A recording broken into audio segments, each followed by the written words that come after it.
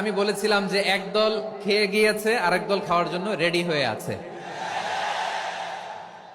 তো এখানে কি আমি কোনো দলের নাম বলেছি? বাংলাদেশে ৪৮টা প্রায় নিবন্ধিত রাজনৈতিক দল, কোন দলের নাম আমি বলিনি। কথাটাকে আমি জেনারেল রেখেছি। দায়ীদের বৈশিষ্ট্যই এটা, দায়ীরা জেনারেলি কথা বলে, যার যেই মেসেজ নেয়ার তারা সেখান থেকে নিয়ে নেয়।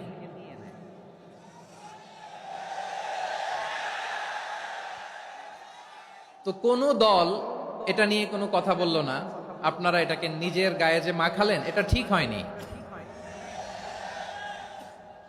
আমি বলবো যে এটা খুবই অনভিপ্রেত হয়েছে।